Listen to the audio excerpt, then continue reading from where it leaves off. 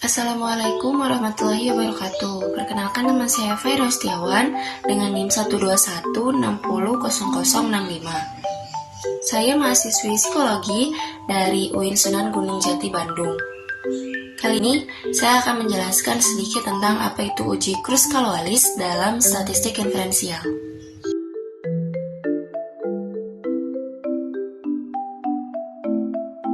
Pengertian uji Kruskal-Wallis. Uji Kruskal-Wallis adalah uji non-parametrik berbasis peringkat yang tujuannya untuk menentukan adakah perbedaan signifikan secara statistik antar dua atau lebih kelompok variabel independen pada variabel dependen yang berskala data numerik, interval atau rasio dan skala ordinal. Uji ini identik dengan uji one-way ANOVA pada pengujian metris, sehingga uji ini merupakan alternatif bagi uji one-way ANOVA apabila tidak memenuhi asumsi, misal asumsi normalitas. Selain sebagai uji alternatif, kegunaan lain adalah sebagai perluasan dari uji Mann-Whitney U-test, di mana kita ketahui bahwa uji tersebut hanya dapat digunakan pada dua kelompok variabel dependen, sedangkan Kruskal-Wallis dapat digunakan pada lebih dari dua kelompok, misalnya 3, 4, atau lebih. Fungsi dari uji Kruskal-Wallis adalah satu, untuk menguji perbedaan keadaan atau perlakuan dari sampel independen. Yang kedua, alternatif one-way ANOVA. Yang ketiga, merupakan perluasan dari uji Mann-Whitney untuk dua sampel dependen. Spesifikasi dari uji Kruskal-Wallis: 1. Data berskala ukur minimal ordinal. Yang kedua, banyak sampel masing-masing populasi kemungkinan tidak sama. Yang ketiga, pengujian dilakukan dengan memberi peringkat pada data gabungan. Dengan rumus, jika terdapat angka kembar atau sama ada di atas rumusnya dengan keterangan T sama dengan T pangkat 3 min T. T adalah banyak observasi yang berangka sama. Untuk K, banyak sampel. RJ, jumlah ranking pada sampel. NJ, banyak kasus dalam sampel ke J. N, yaitu sigma NJ, banyak kasus dalam semua sampel. Dan untuk rumus, jika tidak terdapat angka kembar sama yang ada di bawah, dengan keterangan K adalah banyak sampel, RJ jumlah ranking pada sampel, NJ yaitu banyak kasus dalam sampel ke J, N sama dengan sigma NJ yaitu banyak kasus dalam semua sampel. Di sini ada kriteria uji. H0 ditolak jika H hitung lebih besar dari H tabel atau V value kurang dari alpha. Nilai H tabel diperoleh dari tabel tergantung pada nilai K dan NJ. Jika K sama dengan 3 dan NJ kurang dari 5, maka pendekatan X kuadrat pada H tidak cukup baik. Maka untuk melihat harga H, gunakan tabel 0 Siegel. Jika NJ lebih dari 5, maka gunakan tabel C Siegel. Di sini ada contoh kasus, yaitu guru berorientasi pengajar, guru berorientasi administratif, dan administrator. Tentukan apakah terdapat perbedaan di antara skor rata-rata sikap otoriter dari 3 tipe pendidik. Selanjutnya langsung kita praktikkan saja tahapan uji Kruskal-Wallisnya menggunakan SPSS.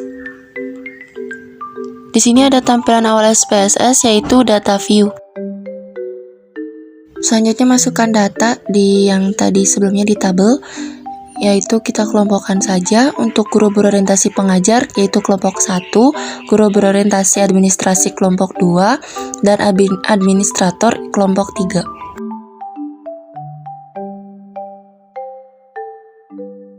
Selanjutnya ke variabel view. Untuk kolom name pertama kita ketik skor, untuk kolom name kedua kita ketik tipe, dan desimalsnya untuk kolom 1 skor 0 dan untuk kolom 2 tipe juga 0. Dan untuk kolom label, di kolom skor kita ketik skor rata-rata pengajar, dan di kolom 2 tipe yaitu kita ketik di labelnya tipe pengajar.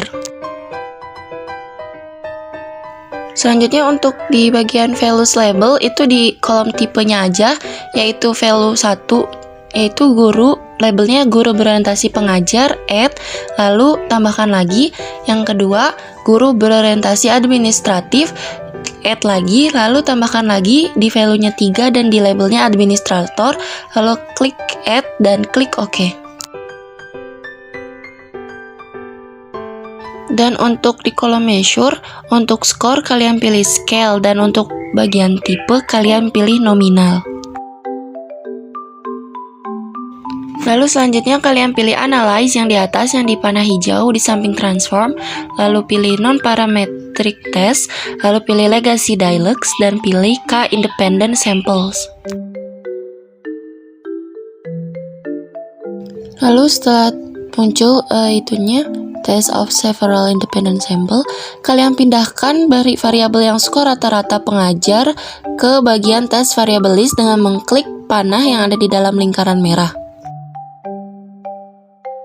Lalu setelah memindahkan skor rata-rata pengajar, kalian juga pindahkan tipe pengajar tipenya ke grouping variabel dari kiri ke kanan dengan mengklik panah yang ada di dalam lingkaran merah.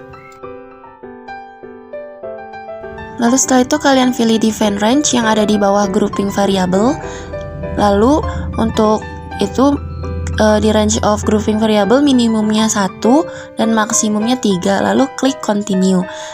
Kalian juga jangan lupa untuk memilih Kruskal-Wallis-H dalam test type-nya, lalu klik OK. Lalu akan muncul ya di hasilnya di output. Untuk yang atas yang Kruskal-Wallis test, yang ini adalah range-nya, yaitu range dari hasil skor guru-guru.